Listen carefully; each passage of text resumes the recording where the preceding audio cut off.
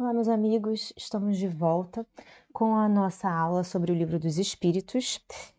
Esse é um livro escrito por Allan Kardec pelos Espíritos. Nós estamos no capítulo 7, né, na segunda parte do livro, e esse capítulo fala da volta do espírito à vida corporal, né?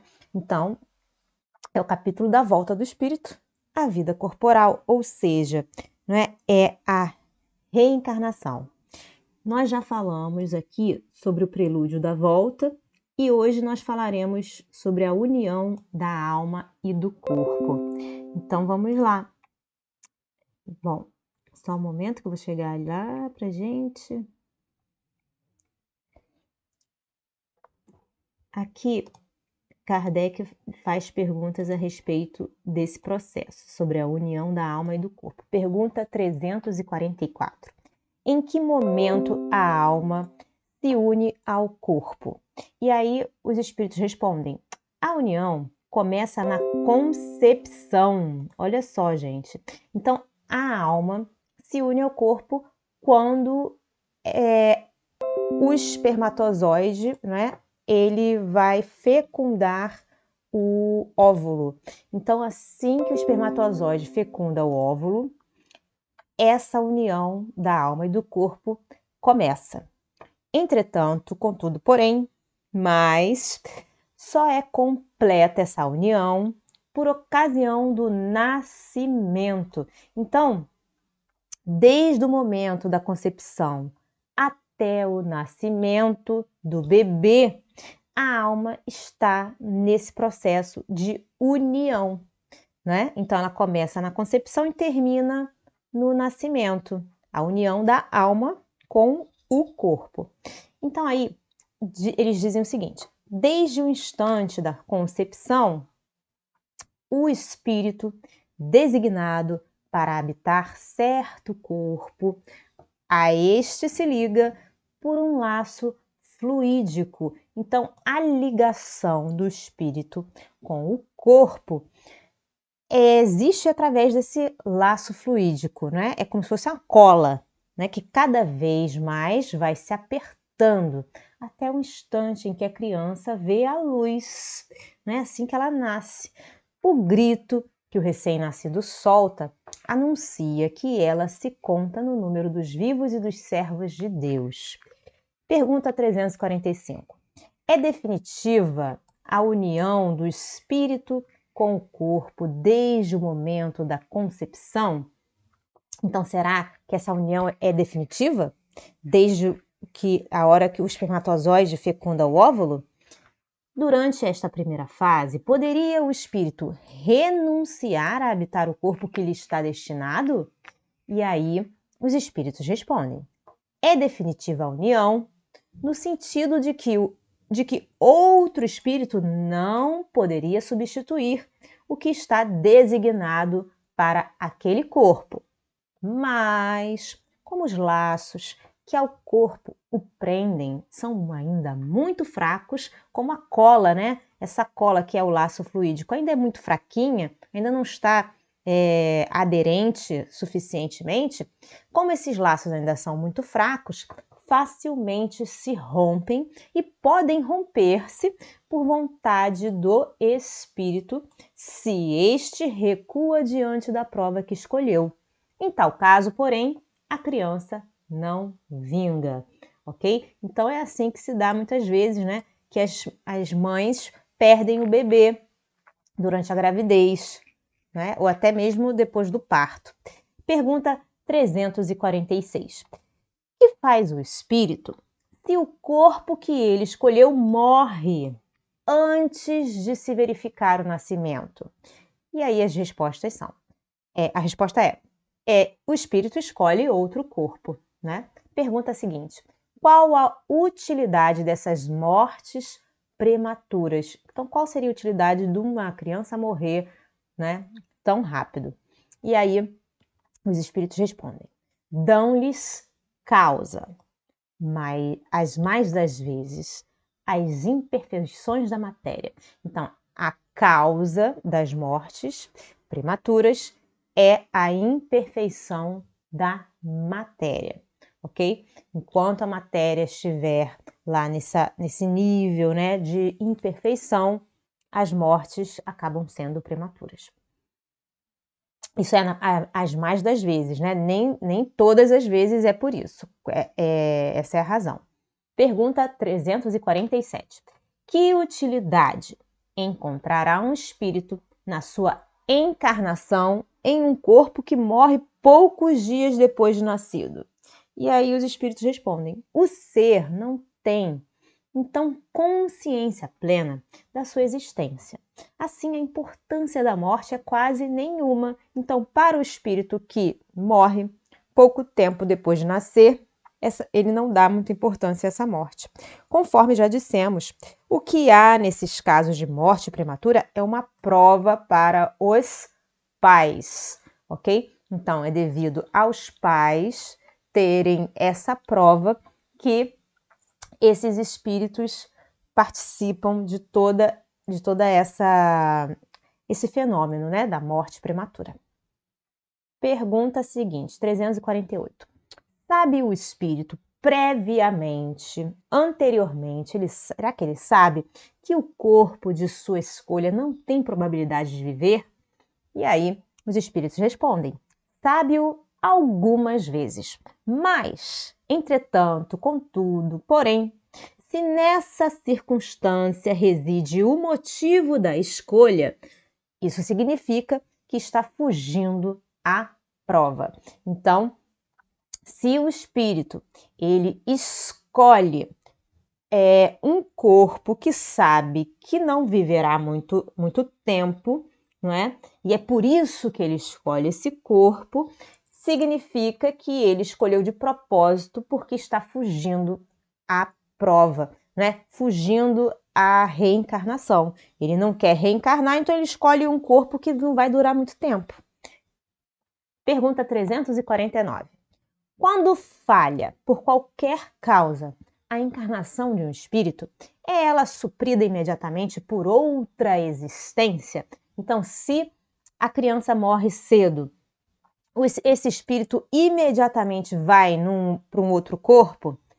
Aí os espíritos respondem: nem sempre o é imediatamente. Pode acontecer, mas nem sempre. Faz-se mister, é necessário dar ao espírito tempo para proceder à nova escolha, a menos que a reencarnação imediata corresponda à anterior determinação, né?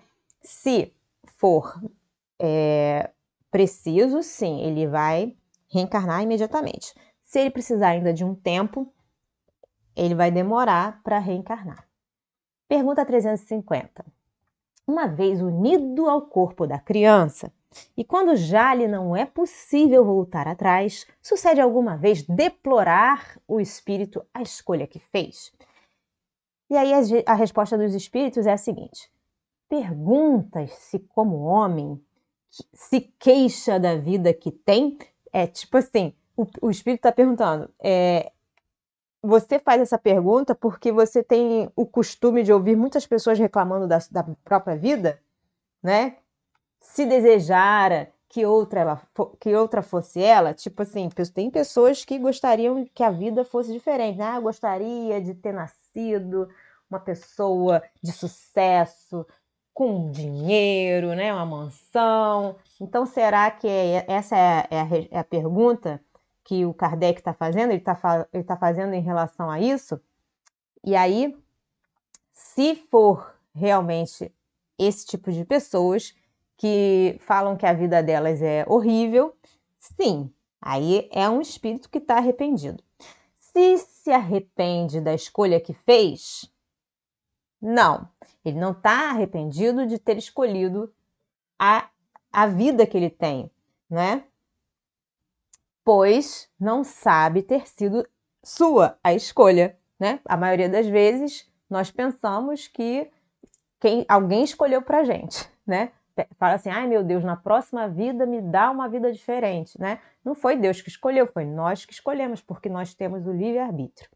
Depois de encarnado, né, depois que ele encarna num corpo, não pode o espírito lastimar uma escolha de que não tem consciência, né? Ele não pode lastimar algo que ele não tem consciência. Imagina, a gente vai ficar triste por uma coisa que a gente não sabe, né? Não tem como. Então, a gente só ficaria triste se a gente soubesse da escolha. Como a gente não sabe da escolha, a gente não fica triste por isso. O nosso espírito não fica triste por isso. Pode, entretanto, achar pesada demais a carga e considerá-la superior às suas forças. É quando isso acontece que recorre ao suicídio. Então, como espírito, nós não lastimamos a vida triste que temos, né? Nós lastimamos como pessoas, como seres humanos encarnados, né? O nosso espírito não está lastimando. Se a gente fica triste pela nossa vida, não é o nosso espírito que está triste, ok? Não é o nosso inconsciente, é só o nosso consciente, é uma pequeníssima parte de nós, ok? Então, a gente, de verdade, não lastima pela vida triste que a gente tem. Agora, nosso espírito pode considerar uma vida muito difícil e acabar recorrendo ao suicídio. Pergunta 351. No intervalo que medeia da concepção ao nascimento, né, nesse intervalo entre a concepção e o nascimento do bebê, goza o espírito de todas as suas faculdades? Então, o espírito ele está consciente dentro desse intervalo? E aí os espíritos respondem, mais ou menos, conforme o ponto em que se ache dessa fase. Porquanto ainda não está encarnado, mas apenas ligado. A partir do instante da concepção, começa o espírito a ser tomado de perturbação. Então, assim que o óvulo é fecundado pelo espermatozoide, o espírito começa a entrar nesse processo de perturbação, que o adverte, que o avisa de que lhe soou o momento de começar nova existência corpórea. Essa perturbação cresce de contínuo até o nascimento. Nesse intervalo, seu estado é quase idêntico a de um espírito encarnado durante o sono. À medida que a hora do nascimento se aproxima, suas ideias se apagam, assim como a lembrança do passado, do qual deixa de ter consciência na condição de homem. Então, enquanto somos seres encarnados, nós perdemos a consciência do nosso passado, logo que entramos na vida. Essa lembrança, porém, volta pouco a pouco ao retornar ao estado de espírito. Então, quando nós voltamos para o estado de espírito, né, quando nós estamos desencarnados, né, quando o corpo físico morre, essa lembrança vai voltando aos pouquinhos, a lembrança do nosso passado, tá bem? Enquanto nós estamos encarnados, né, nós estamos dentro de um corpo físico, esse passado vai para o inconsciente, tá? Pergunta 352. Imediatamente ao nascer, recobra o espírito a plenitude das suas faculdades? Então, ao nascer, o espírito possui todas as faculdades que ele tinha? E aí, os espíritos respondem, não. Essas faculdades se desenvolvem gradualmente, aos pouquinhos, com os órgãos. O espírito se acha numa existência nova. Preciso é que aprenda a servir-se dos instrumentos de que dispõe. As ideias lhe voltam pouco a pouco, como a uma pessoa que desperta e se vê em situação diferente, uma situação diversa da que ocupava na véspera, né? Você despertou e olha assim para volta, onde eu estou? O que isso aqui é? Quem são essas pessoas? Né? É assim que os bebezinhos vão se desenvolvendo, eles vão observando, né, as coisas, o que tem ali, tudo é novidade. Pergunta 353. Não sendo completa a união do espírito ao corpo, não estando definitivamente consumada, senão depois do nascimento, poder-se-á considerar o feto como dotado de alma?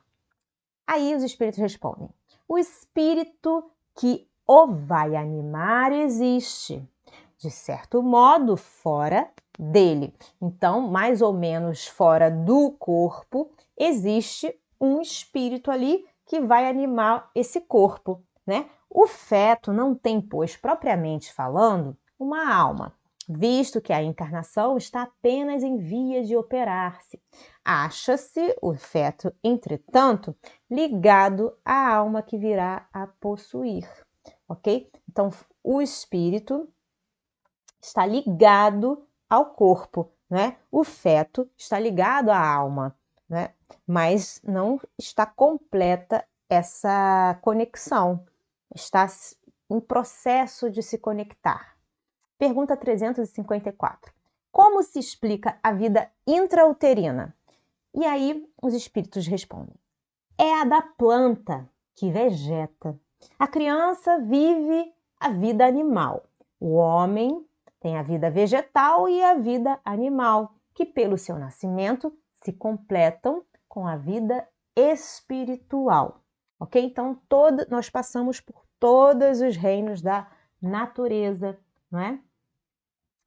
Pergunta seguinte, 355. Há de fato, como indica a ciência, crianças que já no seio materno não são vitais, crianças que, né, estão mortas? Com que fim ocorre isso? Por que que isso acontece? E aí os espíritos respondem: frequentemente isso se dá e Deus o permite como prova, quer para os pais do nascituro, quer para os pais de quem de quem está ali dentro, quer para o espírito designado a tomar lugar entre os vivos. Então, essa é uma prova, tá? Pergunta 356. Entre os natimortos, as crianças que nascem mortas, alguns haverá que não tenham sido destinados à encarnação de espíritos? E aí, a resposta é a seguinte: alguns há, efetivamente, a cujos corpos nunca nenhum espírito esteve destinado. Nada tinha que se efetuar para eles. Tais crianças, então, só vêm por seus pais. Né? Os pais é que vão receber essa prova de fogo, né? Uma prova difícil de tentar ter um filho e não ser bem-sucedido. Pergunta seguinte: pode chegar a termo de nascimento um ser dessa natureza? Então, pode chegar que um ser que não tenha esse espírito, né? Ele passe pelo processo do parto, a mãe, ela dê luz a uma criança assim? E aí os espíritos respondem: algumas vezes, mas não vive. Então, algumas vezes a mãe vai dar luz a um bebê e esse bebê vai morrer porque não tinha um espírito dentro dele. Pergunta a seguinte: segue-se daí que toda criança que vive após o nascimento tem forçosamente encarnado em si um espírito? Então, será que toda criança que nasce e que está viva, ela tem um espírito? E aí os espíritos respondem: que seria ela se assim não acontecesse? Não seria um ser humano. Pergunta 357. Que consequências tem para o espírito o aborto? E aí os espíritos respondem: é uma existência nulificada e que ele terá de recomeçar. Então, quando as pessoas abortam uma criança, elas acabam com aquela existência do corpo e do espírito, né, que ele tinha essa oportunidade, e ele vai ter que recomeçar do zero. Pergunta 358. Constitui crime a provocação do aborto em qualquer período da gestação? Então, será que é um crime provocar o aborto? E aí os espíritos respondem: há crime sempre que transgredis a lei de Deus. Então, o crime acontece toda vez que a gente transgride a lei. Uma mãe, ou quem quer que seja, cometerá crime sempre que tirar a vida de uma criança antes do seu nascimento. Então, sempre cometerá crime, não importa se a gente é de acordo ou não, tá? Com o aborto.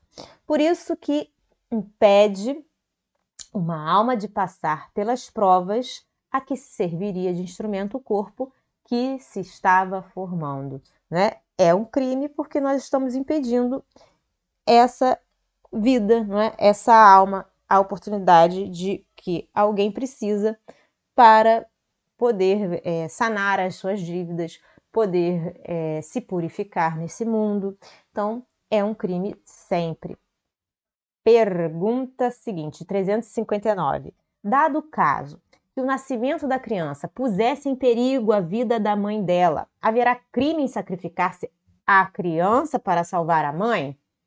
Aí os espíritos respondem: preferível é se sacrifique o ser que ainda não existe a sacrificar-se o que já existe. Então, no caso de que o nascimento da criança pode pôr em risco a vida da mãe, é melhor sacrificar a criança, ok? Isso é a resposta dos espíritos. Pergunta 360. Será racional ter-se para com um feto as mesmas atenções que se dispensam ao corpo de uma criança que viveu algum tempo? Então, será que podemos dar essa atenção para um feto? A mesma que a gente dá para um ser humano ou para uma criança? E aí os espíritos respondem: vede em tudo isso a vontade e a obra de Deus. Não trateis, pois, desatenciosamente coisas que deveis respeitar. Por que não respeitar as obras da criação, algumas vezes incompletas por vontade do Criador? Tudo ocorre segundo seus desígnios e ninguém é chamado para ser seu juiz.